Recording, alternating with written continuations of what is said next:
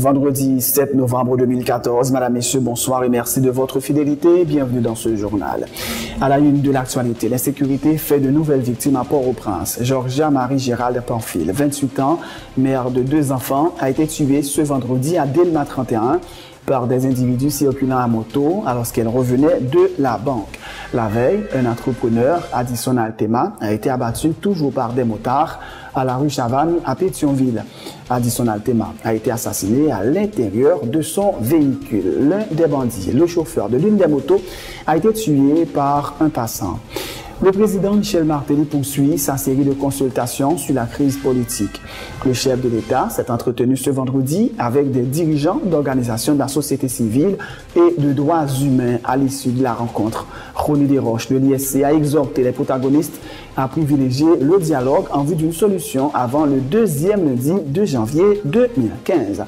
Le président Michel Martelly et le premier ministre Laurent Lamotte étaient jeudi au Cap-Haïtien pour constater l'ampleur des dégâts causés par les dernières inondations.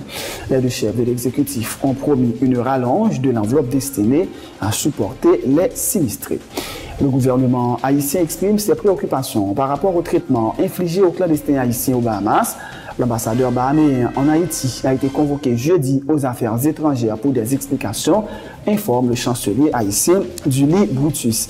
Dans l'actualité internationale, lancement ce vendredi de la commémoration des 25 ans de la chute du mur de Berlin. C'était le 9 novembre 1989. Quelques 2 millions de visiteurs sont attendus dans la capitale réunifiée, dont des invités de marque tels Mikhaïl Gorbatchev. Le dernier président de l'Union soviétique avait joué un rôle majeur dans la réunification allemande. En sport, le rendez-vous est au Caribé ce samedi 8 novembre pour une soirée internationale de boxe. 5 combats sont à l'affiche, mais le plus attendu est celui qui opposera l'haïtien poids léger Evans Pierre au Nicaraguayen René González. À l'étranger, les champions en titre San Antonio Spurs ont été battus jeudi à Houston 81-98. 102 de ces cadres, Ginobili et Duncan, laissés au repos. La franchise texane s'est inclinée une nouvelle fois à l'extérieur. Portland a déroulé contre Dallas 108-87. Madame, Messieurs, restez branchés pour le développement de ces titres et de bien d'autres.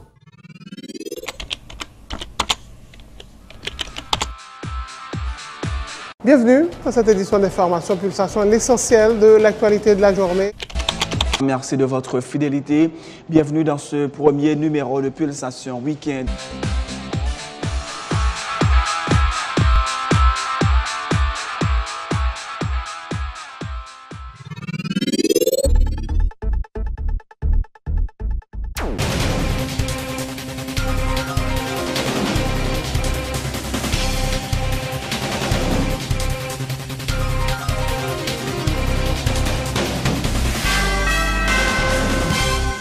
De recherche, bienvenue dans le développement du journal. L'insécurité fait de nouvelles victimes à Port-au-Prince. Georgia Marie-Gérald Pamphile, 28 ans, mère de 2 enfants, a été tuée ce vendredi à Delma 31. La jeune femme a été abattue à la mi-journée par des individus circulant à moto alors qu'elle revenait de la banque. Les bandits ont dépouillé la victime avant de quitter les lieux sans être inquiétés. La veille, un entrepreneur, Addison Altema, a été abattu par des individus armés circulant à moto à la rue Chavannes à Pétionville. Addison Altema a été assassiné à l'intérieur de son véhicule. L'un des bandits, le chauffeur de l'une des motos, a été tué par un passant. Autre point de l'actualité, les séries de consultations sur la crise politique se sont poursuivies ce vendredi au Palais national où le chef de l'État a reçu une délégation composée de responsables d'organisations de la société civile et des droits humains.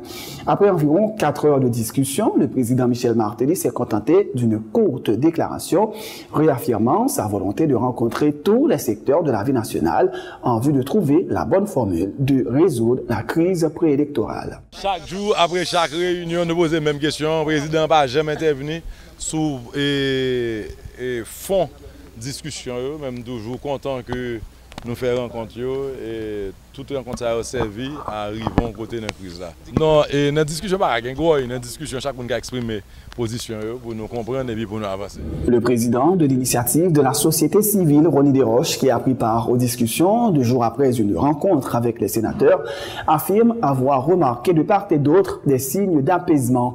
Le dialogue est la meilleure voie pour écarter du pays le spectre de l'instabilité, a indiqué Ronnie Desroches, invitant les protagonistes à respecter la Constitution qui délimite les attributions de chaque pouvoir. Il exhorte les protagonistes à s'accorder sur une solution avant le 2e lundi 2 janvier 2015. Le renforcement de l'État, le renforcement des différentes instances de l'État, l'y passer par le renforcement des relations entre les élus et les citoyens, entre les élus et la société, les élus et la population. Donc nous pensons que c'est 2 voies nous, parce que nous sommes très inquiets, nous pas mais que nous arrivions le 12 janvier pour nous tomber dans le chaos, pour nous tomber dans l'illégitimité, pour nous tomber dans l'illégalité, et pour le Sahara, pour que ces communautés internationales-là qui viennent dicter nous, n'est-ce pas, salver, dicter nous la loi, parce que nous ne sommes pas capables d'entendre nous en tant que Haïtiens. On pensait qu'entre aujourd'hui et le 12 janvier, il faut que tout effort fait pour que nous soyons capables de joindre une solution avec le Sénat et nous recommander que Chita attendait ça, les fêtes, que un agenda qui définit entre l'exécutif et le Sénat de telle sorte que nous sommes capables de joindre une solution à la crise et pour nous capables de gagner toute instance l'État qui continue à fonctionner. Nous-mêmes, ça nous remarqué. Et mercredi, là, nous avons chita avec 12 sénateurs de toutes les tendances. Nous sentons que une dynamique qui a développé au niveau du Sénat, côté que nous sommes capables de gagner avant longtemps, un agenda qui est défini par la majorité du Sénat et que si agenda ça est approuvé par l'exécutif, eh bien, il y a une négociation sérieuse capable faite entre le Sénat et l'exécutif pour nous trouver une solution à la crise. Ensuite, tu parles avec tous 2 secteurs, tous 2 protagonistes. Est-ce que selon vous, il y a une chance pour que 12 janvier, nous éviter ça que nous une catastrophe? Moi-même, je suis capable de dire que moi gagné un peu plus d'espoir après 2 rencontres ça, parce que moi ouais que gagné une évolution de la situation. Il y a des gens peut-être au niveau du Sénat qui ont gagné une position très radicale et qui, aujourd'hui, nous pensons qu'ils ont commencé à gagner une attitude beaucoup plus modérée. Et il y a des gens même qui disent nous que aujourd'hui, il y a marché dans une dynamique pour chercher une unité, pour chercher une cohésion au niveau du Sénat. Marie-Odile Gilles a représenté le Réseau national de défense des droits humains. Nous vous proposons un extrait de ces déclarations. Nous sommes venus là ensemble avec eux parce que nous sommes capables de montrer et discuter nos préoccupations par rapport à ça qui vient de nous dans l'année 2015. Nous connaissons déjà une insécurité jeudi qui prend une vitesse supérieure. Il y a des prisonniers politiques, l'État, la justice là, j'ai utilisé la justice là avec la police là pour capable persécuter des citoyens. Nous avons toutes préoccupations ça et nous croyons que le pays n'est pas capable de gérer par décret, genre que nous sentons la venir parce que acquis démocratique nous obligés Kembe. Donc nous devons venir chita là pour montrer bonne volonté organisation de la société civile là pour chita avec le président et pour nous capable voir comment organisation ça capable faire le pont pour avoir un dialogue sincère en différents partis pour nous si le pays est capable de sortir de la crise ça que je dis. C'est clair que nous avons un président dans l'organisation de défense des droits humains. Après, si tu as parlé ou fait avec le président, est-ce que même conception a toujours été, même perception, ou bien est-ce qu'on pensait et ça n'a demandé une chance pour que vous preniez en compte? C'est des discussions qui font entamer, son premier rencontre, à bien l'autre rencontre toujours. Donc nous croyons que si il y a une volonté, et nous croyons que nous avons évité une catastrophe, même que Haïti toujours a vécu des catastrophes. Les avocats et militants politiques de l'opposition, Newton Saint-Just et André Michel, étaient ce jeudi au carré du doyen du tribunal de première instance de Port-au-Prince, maître Raymond Jean-Michel, dans le cadre d'une action en habeas corpus qu'ils avaient introduite afin d'obtenir la libération de tous les militants arrêtés lors des manifestations des 17 et 26 octobre dernier, dont les dirigeants de la FOPAC, Rony Timothée et Bion Odigé. Ils réclament la libération des militants dans le meilleur délai. Maître André Michel, qui rappelle que ces citoyens sont gardés en détention à cause de leurs convictions politiques, a indiqué que le doyen Jean-Michel a promis de rendre incessamment sa décision. moi-même et nous consensus, nous avons une convocation ici, parce que le magistrat Port-au-Prince a déposé une plainte contre nous pour une question de diffamation. Nous venons, nous disons nous, il était déjà allé, mais nous ne pas même quoi la même. Nous sommes dans une dynamique de répression politique systématique, de persécution politique systématique. Vous comprenez, le peuple n'a pas mobilisé. Les héros ont mobilisé, ils ont décidé d'utiliser la justice, la police, pour mettre nous en prison, pour faire nous faire bac. Mais c'est bien compté, mal calculé. Bataille démocratique là a continué et dans le jour qui venir là, opposition démocratique et populaire là, va annoncer un calendrier de mobilisation non-stop jusqu'à ce que nous renversions le gouvernement Martelly Lamotte là, pour nous venir avec un autre conseil électoral, un gouvernement de transition qui pourra engager le pays sur la voie des élections générales pour le peuple a choisi qui monde qui pour venir diriger. Moi-même avec André Michel, nous battons dans le stade Sylvio 14 le mercredi 8 octobre. Le bandit Pierre-Richard Duplan a assassiné Paul Amboise, Michael Benoît, nous pas là. C'est témoin qui dit. Parents ont déposé plainte, nous-mêmes comme citoyens, nous faisons dénonciation. Parce que ce n'est pas normal dans le pays pour nous assassiner les gens comme ça. Les criminels, pour Joseph Pierre-Richard Duplan, pas de même qu'à entrer dans le parquet même. Leur estimer que ou un problème, ils font diffamation sur vous, c'est le tribunal correctionnel pour prendre, pas le parquet pour prendre. D'ailleurs, Pierre-Richard Duplan a frappé à la mauvaise porte. Le parquet n'a pas fait rien pour lui. Autre point de l'actualité, le président Michel Martelly et le premier ministre Laurent Lamotte étaient jeudi à la tête d'une délégation gouvernementale au Cap haïtien en vue de constater l'ampleur des dégâts causés par les dernières inondations. Laurent Lamotte et Michel Martelly ont pris part à une distribution de kits alimentaires à des milliers de victimes. Annonçant une rallonge de l'enveloppe destinée à supporter les sinistrés, ils ont aussi promis de travailler au renforcement des capacités des zones à risque à résister aux inondations.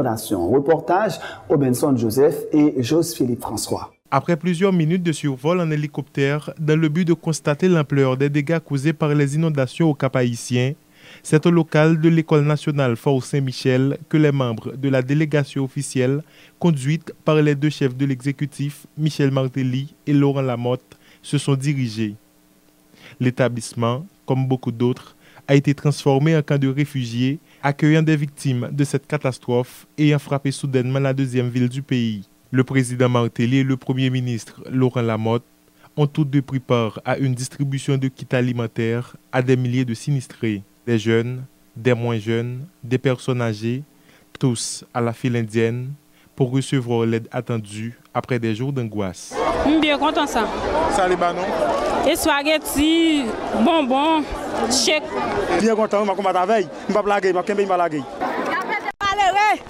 Président Martelly, vive Martelly. Le président, bienvenue dans le Nord parce que maintenant, il peut des progrès malgré un peu de difficulté, un peu de l'eau. Il peut manger pour nous, nous sommes bien contents de venir. Moi-même, c'est plus bagaille que le président Michel Martelly qui a fait pour nous-mêmes. Continuation, ça, c'est un beau travail. Merci, président Joseph Michel Martelly et le gouvernement Lamotte. Merci en pile. Frappé par l'envergure des dégâts causés par les intempéries, le premier ministre Laurent Lamotte a promis de renforcer le personnel du système national de gestion des risques et des désastres, notamment dans le Nord, en vue de mieux gérer les situations d'urgence. Nous voyons que des dégâts énormes.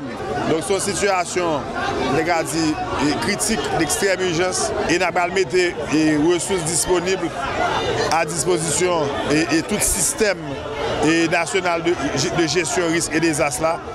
Nous allons DPC moyen que le besoin pour le faire travail là. Le président Martelly a pour sa part renouvelé les messages de sympathie de son administration aux familles des victimes et promet que des mesures seront adoptées en vue de réduire la vulnérabilité des zones à risque d'inondation. Au nom de l'État haïtien, nous saluons toutes les victimes et les familles.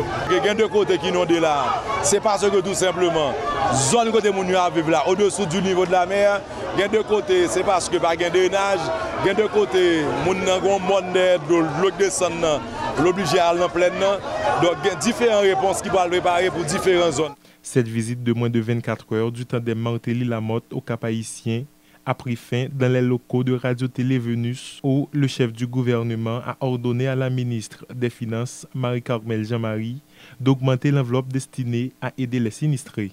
Le ministre des Affaires étrangères Julie Boutus affirme avoir convoqué jeudi l'ambassadeur d'Haïti aux Bahamas, Antonio Rodrigue, pour faire le point sur la situation des Haïtiens en situation irrégulière et de leurs enfants nés aux Bahamas. Le même jour, le chancelier avait convoqué l'ambassadeur des Bahamas en Haïti en vue d'exprimer les préoccupations du gouvernement haïtien par rapport à cette situation. Nous lui avons expliqué que nous respectons la souveraineté de son pays, mais que les autorités bahaméennes ont été trop loin en voulant expulser les enfants haïtiens nés sur leur territoire, a indiqué Julie Boutus, qui dit avoir demandé aux autorités des Bahamas de corriger la situation.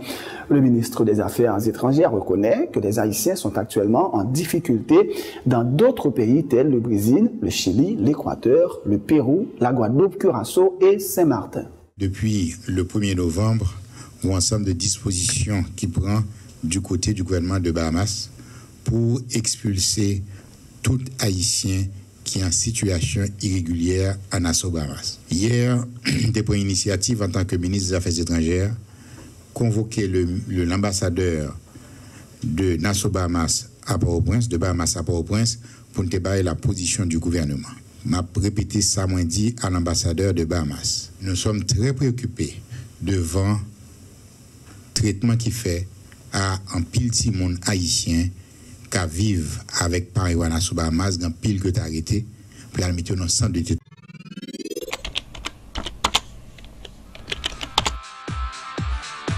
Bienvenue à cette édition d'Information Pulsation, l'essentiel de l'actualité de la journée. Merci de votre fidélité. Bienvenue dans ce premier numéro de Pulsation Week-end.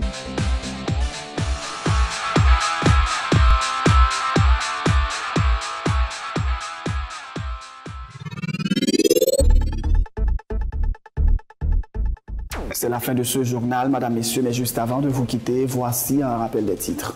L'insécurité fait de nouvelles victimes à Port-au-Prince. Georgia Marie-Gérald Pamphile, 28 ans, mère de 2 enfants, a été tuée ce vendredi à Delma 31 par des individus circulant à moto alors qu'elle revenait de la banque. La veille, un entrepreneur, Addison Altema, a été abattu toujours par des motards à la rue Chavannes, à Pétionville. Addison Altema a été assassiné à l'intérieur de son véhicule. L'un des bandits, le chauffeur de l'une des motos, a été tué par un passant. Le président Michel Martelly poursuit sa série de consultations sur la crise politique. Le chef de l'État s'est entretenu ce vendredi avec des dirigeants d'organisations de la société civile et des droits humains. À l'issue de la rencontre, Ronnie Desroches de l'ISC a exhorté les protagonistes à privilégier le dialogue en vue d'une solution avant le 2e lundi de janvier 2015. Le président Michel Martelly et le premier ministre Laurent Lamotte étaient jeudi au Cap-Haïtien pour constater l'ampleur des dégâts causés par les dernières inondations. Les 2 chefs de l'exécutif ont promis une rallonge de l'enveloppe destinée à supporter les sinistrés.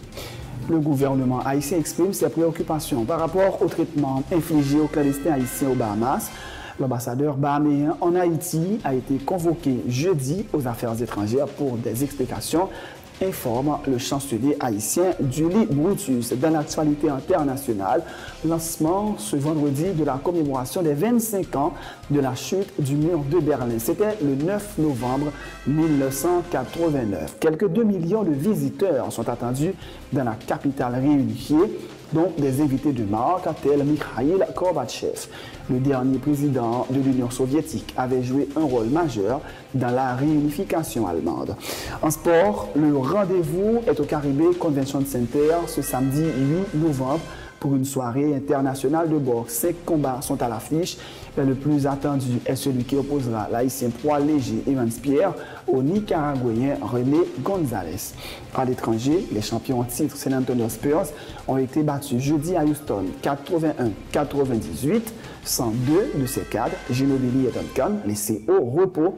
La franchise texane s'est inclinée une nouvelle fois à l'extérieur. Portland a déroulé contre Dallas 108-87. C'est la fin de ce journal.